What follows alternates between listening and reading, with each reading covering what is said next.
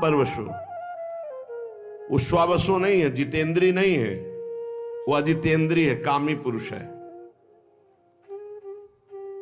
दूसरा यशोर्थी, वो अपना नाम चाहता है, अपना यश चाहने वाला है। तीसरा त्यक्त सत्पथा, संतों के मार्ग का त्यागी है वो। अब रह क्या गया?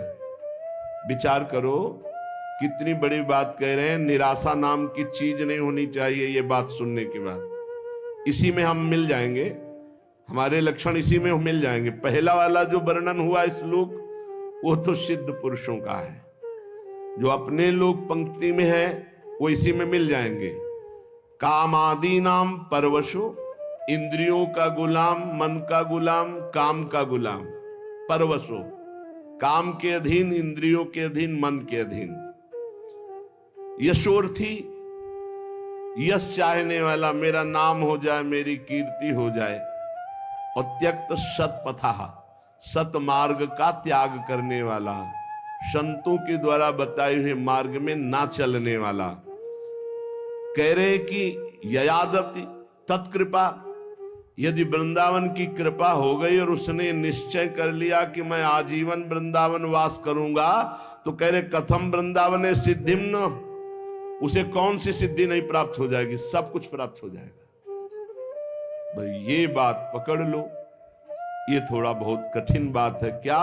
आजीवन वृंदावन वास करना। ऐसी ऐसी परिस्थितियां लुभावनी आती है कि आप चलो बस। ऐसी ऐसी भयावनी परिस्थितियां आती, आपको अब तो चलना ही पड़ेगा। वृंदावन का नियम ऐसा कट्टर ले लो कि प्राण निकल जाए सो स्वीकार, लेकिन हम सशरीर जीवित वृंदावन से ब्रज के बाहर नहीं जाएंगे। तो चाहे वो कामी पुरुष हो, चाहे यशोर्थी पुरुष हो, सतमार्ग का त्यागी पुरुष हो, तो भी उसे भगवत प्राप्ति हो जाएगी।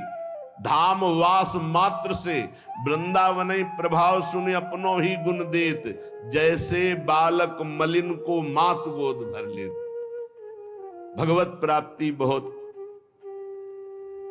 दुर्लभ दिखाई देती, क्योंकि इंद्रियों को समेट पाना, मन को समेट पाना, रात दिन निरंतर भजन में लगे रहना, जब तक जीवित है कोई गलती ना होने पावे, तब भगवत प्राप्ति। धाम की कितनी महिमा है कि वो कामी पुरुष है, परवश है इंद्रियों के। यही बात ध्रुवदास जी ने भी लिखा है, यद्यपि भक्त अनन्य जो। यही बातें हृदय को बलवान बना देती है। यद्यपि भक्त अनन्य जो, विषय इंद्रियन बस होए, कर्मठ कोटि जितेंद्रियन तेषम लहय न कोय। जो श्यामा श्याम का अनन्य हो गया है, यद्यपि वो अभी विषयी है, जितेंद्री नहीं हुआ, तो भी करोड़ों जितेंद्रियों, करोड़ों कर्मकांडी उसकी समानता नहीं कर सकते, क्योंकि वो श्यामा श्याम का अनुरागी है, श्यामा श्याम का अनन्य है।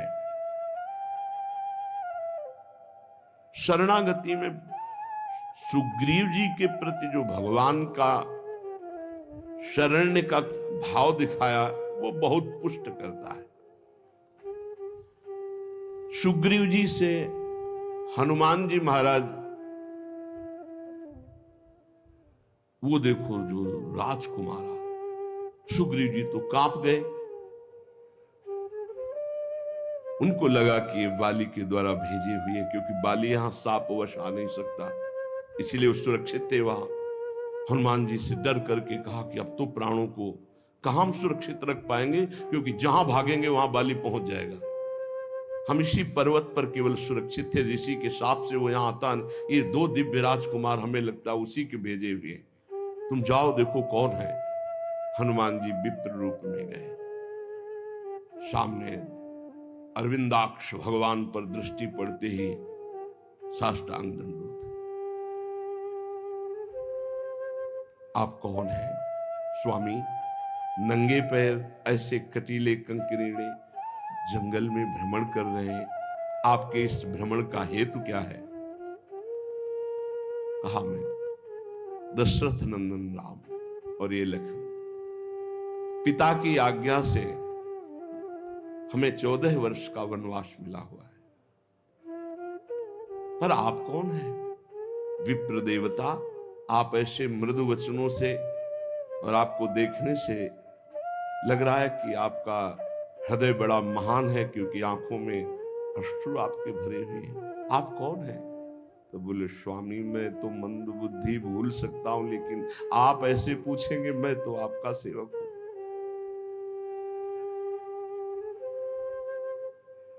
कांधे पे प्रभु को बैठाला, एक उम्र मंद मोह बस कुटिल हृदय अज्ञान, पुण्य प्रभु मोहि विसारे दीन बंधु भगवान। भगवान को सुग्रीव देखकर समझ गए कि ये अनुकूल है, प्रतिकूल नहीं, क्योंकि प्रतिकूल होते तो हनुमान जी ऐसे नहीं लाते। बहुत आनंदित है। हनुमान जी महाराज परिचय सुग्रीव का श्री राम जी को, और राम जी का परिचय सुग्रीव को देते हैं। जब परिचय सुना और समस्या सुनी तो भगवान ने कहा, तुम चिंता मत करो, मान लो बाली मारा गया, मान लो, तुम निश्चिंत हो जाओ। वो अग्नि को साक्षी करके मित्रता की हनुमान जी महाराज की कृपा से। सुग्रीव ने कहा, प्रभु मान तो लेते हैं आपकी कृपा से, लेकिन बहुत बलवान बाली है। देखो ये दुंदुभि राक्षस की हड्डियां हैं, ये ताल के वृक्ष हैं, यदि एक बाण में इनको बेध दो तो मुझे विश्वास हो जाएगा बाली मारा। भगवान का अमोघ बाण। अब बड़ी प्रसन्नता हुई। भगवान ने कहा, जाओ ललकारो जाकर बाली को। खास बात जहां हमें पकड़नी हो, बात को समझना। आज तक राम जी का भजन नहीं किया सुग्रीव जी ने। हनुमान जी की कृपा से केवल मित्रता हुई। भगवान के वचन पर उसको दोबारा प्रश्न करना पड़ा कि इसको प्रमाणित करो, तब मैं मानूं कि बाली को मार दोगे। वो भी भगवान ने प्रमाणित किया। भगवान ने कहा, जाओ ललकारो जाके। ललकारा। बाली ने सोचा कि हमारे घूंसे के प्रहार से प्राण बचाकर भागने वाला किष्किंधा के द्वार पर ललकार रहा है। अपनी पत्नी तारा से कहा, ऐसा कौन सा बल इसमें आ गया? बोले, प्रभु मैंने सुना है कि सर्वलोक महेश्वर भगवान श्री राम से मिल गए, अब आप इनसे वैर मत कीजिए। अरे अगर भगवान है तो समदर्शी हो, मेरा और सुग्रीव का पक्ष विपक्ष क्यों मानेंगे? वो तो समदर्शी हैं, भगवान तो समदर्शी है। चलते अब एक ही रूप के बाली और सुग्रीव, ऐसी पिटाई सुग्रीव की त्राहिमाम करके भागे भगवान के समीप में। भगवान से कहा, प्रभु एक वृक्ष की ओट में थे। कहा, प्रभु कहा था मेरा भाई नहीं, एक काल है, नस नस तोड़ दी, और आपने मारा क्यों नहीं? बोले, समस्या थी कि वहां पहचाना ही नहीं जा रहा था कि सुग्रीव कौन और बाली कौन। क्यों भगवान ने पिटवाया? भगवान को पहचानने की जरूरत है। सर्वज्ञ है, सर्वलोक महेश्वर, सर्वत्र विराजमान, सर्वसत्ता, उनको कोई जानने में अभिमान कि देख लो, आखिरी में तुम देख लो, फिर भी तुम में कोई बल नहीं है, मेरा ही बल महाबल है, तुम्हें कोई बल नहीं। कर प्रसाद सुग्रीव शरीरा। भगवान ने जो ही शरीर स्पर्श किया, पीड़ा गई, नवीन बल जागृत हुआ, और एक माला अपनी प्रसादी पहनाई। अब जाओ। फिर ललकारा, फिर आए भगवान ने एक बाण से। बाली का जो प्रश्न था, प्रभु मैं बैरी सुग्रीव प्यारा, ये कारण कौन नाथ मुझे मारा? नाथ आप तो मेरे भी स्वामी हैं, मैंने आपका कब वैर किया, कब अहित किया, और इसने कब आपका भजन किया, कब आपका हित किया? आपने उसका पक्ष लेकर मुझे मार दिया। श्री भगवान ने कहा, शरणागत का बैरी मेरा बैरी, शरणागत का मित्र मेरा मित्र। तू मेरे शरणागत को जानता है कि मेरी शरण में हो गया, फिर भी वैर करता है। अंततो गत्वा, अंत्येष्टि क्रिया करा के सुग्रीव को किष्किंधा नरेश पद पे 4 महीने प्रवर्षण पर्वत पर सरकार विराजमान ने, एक बार भी दंडवत करने नहीं। ये हमारी बात है। ये हमारी बात है। फिर भगवान लक्ष्मण जी को भेजा और सावधान करके फिर भगवान से जुड़ जाना। हमसे हो सकती भूल, हमसे कमी हो सकती है, हम अजितेंद्री हो सकते हैं, हम कामी हो सकते हैं, हमसे अपराध बन सकता है, लेकिन रहत न प्रभु चित चूक किए कि करत सुरत 100 बार ही एक। इसको मैंने स्वीकार किया है, ये मेरी शरण में है। वो केवल अपने स्वार्थ की वह शरण, तो भी भगवान उसे अपना शरणागत मानते। ऐसा स्वभाव उमा राम स्वभाव जे जाना, ताई भजन तज भावना। प्रभु का समर्थ नाम, समर्थ धाम, समर्थ लीला, समर्थ रूप ध्यान, किसी एक में हमारी आसक्ति हो जाए। श्रीपाद कह रहे हैं कि यदि वो कामी पुरुष है, पराधीन इंद्रियों के मन के है, वो यश चाहता है, वो सतपथ त्यागी है, लेकिन उसने श्रीधाम वृंदावन के वास का अनन्य अखंड नियम ले लिया, अब उसको कौन सी सिद्धि नहीं प्राप्त हो जाएगी? सब कुछ प्राप्त हो जाएगा। ध्रुवदास जी कहते हैं वो अजितेंद्री है, विषयी है, लेकिन श्यामा श्याम का अनन्य हो गया है, तो करोड़ों जितेंद्रियों कर्मकांडी उसकी समानता नहीं कर सकते। विशुद्ध सत्व परमे श्रीमद वृंदावन त्वयि, कृतानंतापराधस्य त्वमेव शरणं मम, त्वमेव शरणं मम। हे प्रिया प्रीतम, मैं तुम्हारा हूं, बस। तवास्मीति तवास्मीति वदंतमपि, मैं आपका हूं। श्यामा श्याम, मैं कैसा हूं ये आप जानते हैं। मैं कोई अपनी पात्रता, गुण, तपस्या, साधना के कारण दावा पेश नहीं कर रहा कि आप हमारे हो, नहीं। तवास्मीति, मैं आपका हूं। आपको तो हजारों लाखों करोड़ों अरबों भक्त हैं, पर नाथ मेरे लिए आप ही हो, मेरे आप ही साधन हो और आप ही साध्य हो। तवास्मीति वदंतमपि मामृषा, और खास बात, ये भी मैं झूठ बोल रहा हूं, क्योंकि तवास्मीति मैंने बहुतों से बोला है। मैं आपका हूं, मैं आपका हूं, मैं आपका हूं, बहुत से बोल चुका हूं, ये भी सत्य नहीं है। बहुत सुंदर बात। देखो कैसी प्रभु की महिमा है। अगर वो स्वीकार ना करे तो हम झूठों का काम ही नरक में पूरा हो। विशुद्ध सत्व परमे वृंदावन त्वयि, ये विशुद्ध सत्व में वृंदावन है, अनंत पार महिमा है, लेकिन इसमें जो करुणा समुद्र विराजमान लाडली लाल है, एक बार कोई हृदय से कह दे, झूठा ही सही, तवास्मीति, मैं आपका हूं, बहुत बड़ी बात, बहुत बड़ी बात। हृदय से तवास्मीति वदंतमपि, पर मामृषा, सच्ची कहता हूं प्रभु, ये बात पूरे संपूर्ण हृदय से मैं नहीं कह रहा हूं। कहीं ना कहीं कोई विषय राग, कोई व्यक्ति राग, कोई और होगा, झूठा भी हो सकता है, पर मैं ये कह रहा हूं कि आपके सिवा मेरा कोई नहीं। तो महापतित मप्यात्म कारुण्याद आत्मसात, ओहो, महाकरुणा में श्री प्रिया प्रीतम उसे आत्मसात कर लेते हैं, अपने में मिला लेते हैं, अपना रूप दे देते हैं। किशोरी मातमानम, अपना रूप सहचरी वपु। श्री लाल प्रिया की इच्छा ही सहचरी है, लाल प्रिया का मन ही सहचरी है, लाल प्रिया की संधनी शक्ति ही सहचरी है। ऐसे एक बार जो हृदय से बोल दे मैं आपका हूं, तो ये कभी छोड़ते नहीं हैं। और महापतित तो हो, नीच हो, तो कह रहे हैं करुणया दात्मसात, करुणा करके उसे अपना स्वरूप प्रदान कर देते हैं।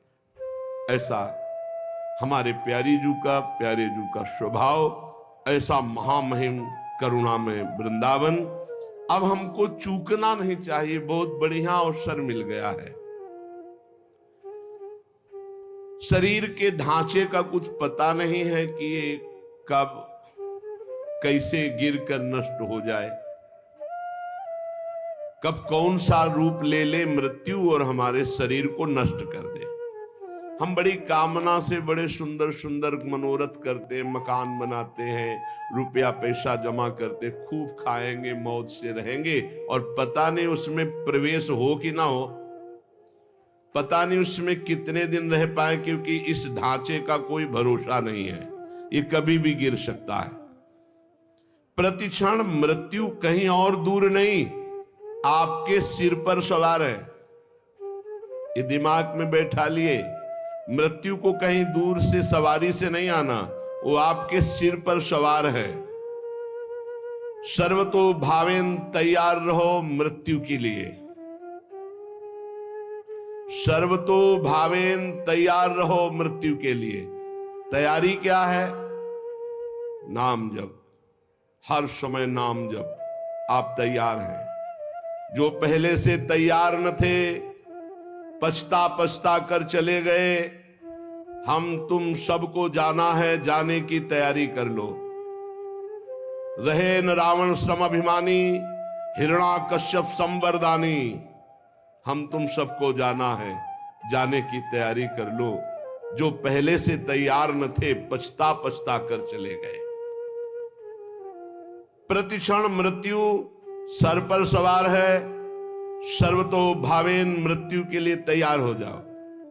मृत्यु जीवन का अंत करेगी ही तुम्हारे, जीव का नहीं, जीव का नहीं, जीवन का। इससे जितना भजन कर लोगे तो तुम अपने स्वरूप का रहस्य जान जाओगे। मृत्यु शरीर को नष्ट करती, तुम्हें नहीं। यदि ये ज्ञान प्रबल जागृत हो गया तो मृत्यु की मृत्यु हो गई, निर्भय हो जाओगे। यदि ये बात ना हो तो प्रभु की शरण में हो जाओ, तो निर्भय कर देंगे। एक ऐसी भूमा स्थिति जागृत हो जाएगी जहां मृत्यु का कोई भय नहीं है। अतएव सब तरह से सदा सर्वदा सावधान रहो। जीवन की एक एक श्वास मृत्यु निकाल रही तुम्हारे पास। जैसे 1,00,000 श्वास है, अब गई तो माइनस होती चली जा रही। 1 साल की श्वासें निकल गई, लोग आनंदित होते हैं, हैप्पी बर्थडे, जन्मदिन में प्रसन्नता प्रकट करते हैं। नहीं, जिसकी रकम कम होती है वो शोकित होता जाता है। माल बहुत ऊंचा खरीदना है और रकम वैसे ही कम थी और वो भी खर्चा होती चली जा रही। माल खरीदना है भगवत प्रेम, जीवन मुक्तता, और वो रकम श्वास श्वास नाम जप, और वो श्वासें 1 वर्ष की खाली चली गई और हम हैप्पी बर्थडे मनावे। कैसी हमारी अज्ञानता है। मृत्युकालीन जिसका नाम चलता होता है, तो इस शुभ चिंतन के प्रभाव से वर्तमान में नाम चलता होता है, उसकी मृत्यु शुभ हो जाती है, बड़ा मंगलदायी मृत्यु होती है। भगवान का नाम जपते जपते शरीर छोड़ दे, ये सबसे बड़ी बात।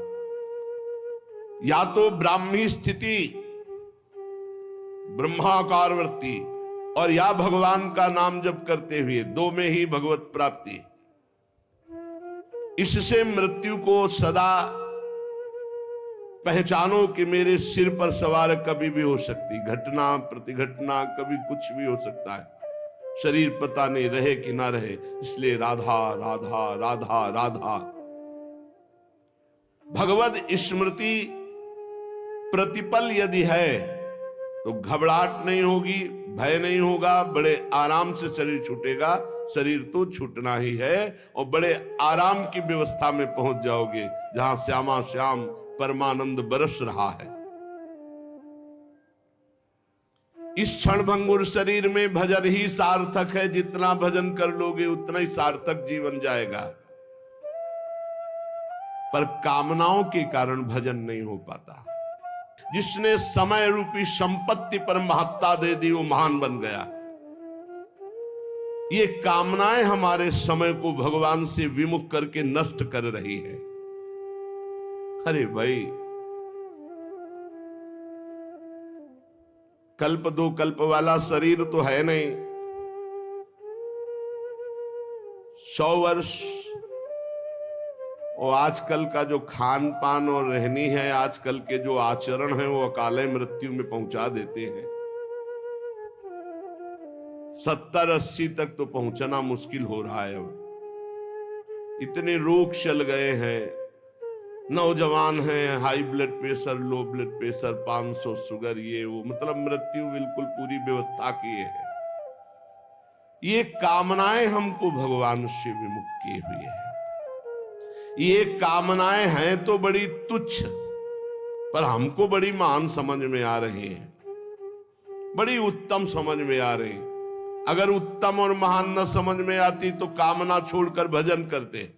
कर्तव्य का पालन करो, कामना की जरूरत नहीं। कर्तव्य पालन करते हुए फल में समान भाव रखो।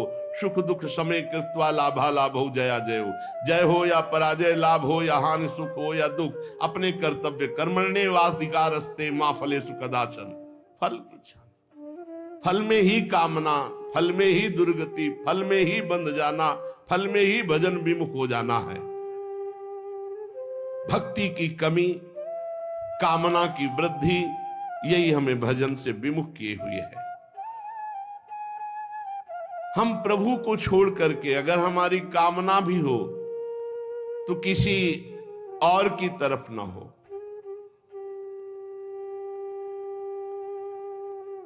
जग जाची को न जाची जो, जिय जाची जान की जान ही रे। आहा, जग जाची को न जाची जो, जिय जाची जान की जान ही रे। जेहि जाचत जाचकता जरि जाई, जो जारति जोर जहान ही रे। गोस्वामी तुलसीदास जी ने कह रहे हैं, ये पद केवल सुनने गाने का नहीं, इसे जीवन में उतारने का। अगर तुम्हें कुछ चाहिए तो जग जाची को ना, किसी से मत मांगो। इस संसार में किसी से, ये बात पकड़ लो, बात पकड़ लो। जग जाची को ना, मेरी बात मान लो, कोई तुम्हारी बात पूरी नहीं कर सकता। किसी से संसार में कभी किसी से मत मांगना। जाची जो, अगर मांगना ही है तो हृदय से जाची जान की जान ही रे। भगवान श्री हरि से मांगो, क्या होगा? जेहि जाचत जाचकता जरि जाय, मांगना मिट जाएगा। जेहि जाचत जाचकता जरि जाई, जो जारत जोर जहान ही रे। मांगो तो केवल प्रभु से मांगो, जिससे मंगतापन मिट जाएगा। वो ऐसे दाता है, दे देंगे ना, जन्म जन्म की मांग पूरी हो जाएगी। जिसके जानने के बाद कुछ जानना बाकी नहीं रहता, जिसके पाने के बाद कुछ पाना बाकी नहीं रहता। इसलिए किसी से मत मांगो, किसी से मत कामना करो, केवल प्रभु से करो, इंतजार करो। उनकी बाट जो हो, किसी और की तरफ मत देख लेना। जो सकाम भाव रखते हैं, मांगते हैं, तो केवल प्रभु से मांगो, अन्य से नहीं। ये तुम नियम ले लो कि हमारा आराध्य देव ही हमारी पूर्ति करेगा, हम दूसरे से कभी नहीं। श्यामा श्याम ही बहुत महान है, हम कैसे तुम्हें क्या क्या बतावें तुम्हें। उनकी कृपा, केवल उनकी कृपा, केवल उनकी कृपा का आश्रय। कभी अन्य का आश्रय ले लेंगे तो आपकी भक्ति बाधित हो जाएगी, आपका जीवन समस्या में पड़ जाएगा और आपको परेशानी ही परेशानी हो जाएगी। केवल प्रभु का आश्रय। सकामता है माना भी आप निष्काम नहीं हुए तो प्रभु पर निर्भर हो जाओ, वही पूर्ण करेंगे। वो कामना भी पूर्ण कर देंगे और आपका कल्याण भी कर देंगे। ऐसा स्वभाव है हमारे स्वामी का। पत्नी के लिए आराधना भगवान श्री हरि की कर रहे हैं तो पत्नी भी मिली, तो आदि सम्राट महाराज मनु की पुत्री महान देवी देवहूति जी, और भगवान अपनी तरफ से बोले कि मैं पुत्र बन करके आऊंगा, और कपिल भगवान के रूप में आके सांख्य शास्त्र का उपदेश करके करदम जी को परम पद में आरूढ़ किया। अगर भगवान से मांगा जाए तो विषय भी दे देते और साथ में अपने आप को भी दे देते कि अब तुम हमसे मांगे हो तो अब ऐसी तुम्हारे अंदर ज्ञान वृत्ति जागृत करेंगे कि अब तुम्हारा मांगना मिट जाए, जाचकता जरी जाए। जो आज तक कोई सफल हुआ है मानो, वो केवल भागवतिक शक्ति से, दिव्य शक्ति से सफल हुआ है। किसी को अगर सफलता लौकिक पारलौकिक वास्तविक सफलता का मतलब रुपया पैसा बढ़ जाना, लोग संपत्ति यश मान कीर्ति नहीं, काम क्रोध लोभ मोह मद मत्सर, इन पर विजय प्राप्त करना सफलता है। और तुम लाखों उपाय कर लो, इन पर विजय प्राप्त नहीं कर सकते। इन पर जो सफलता प्राप्त करना है वो केवल भगवान की शक्ति से होता है। भगवान के एक संकल्प मात्र से अनंत ब्रह्मांड प्रकट हो गए। वो भगवान तुम्हारे लिए क्या नहीं कर सकते। तुम अन्य आश्रय अन्य कामना ना करो, केवल भगवान का आश्रय लेकर भगवान से भगवान की कामना करो, निहाल हो जाओगे। अगर द्रौपदी जी अन्य आश्रय न लेकर के पहले ही भगवान को आर्तभाव से पुकार देती तो समस्या इतनी नहीं बढ़ पाती। समस्या आई तो बहुत जगह मन फैला द्रौपदी जी का। पति हैं, भीष्म जी आदि हैं, हम बड़े बड़े बुजुर्ग जन हैं, भला ऐसा कैसे होने देंगे। और जब कोई नहीं रोका तो अपनी भुजा, अपना दांत का बल, यही सब बातें हमें भगवान से दूरी बनाए हुए, समय की दूरी बनाए हुए। और जहां उन्होंने सब आश्रय छोड़ा और एकमात्र भगवान को पुकारा तो भगवान वस्त्रावतार हो गया। ये केवल कथा सुनाने और पढ़ने की विषय, सुनने का पढ़ने का विषय नहीं, ये जीवन में उतारने का है कि चाहे विपत्ति हो चाहे कामना हो, कैसी भी परिस्थिति, सीधा श्री भगवान से आर्त भाव से अन्य आश्रय छोड़कर पुकारे तो हमारे जीवन का बहुत बहुत आनंदमय परिवर्तन हो जाएगा।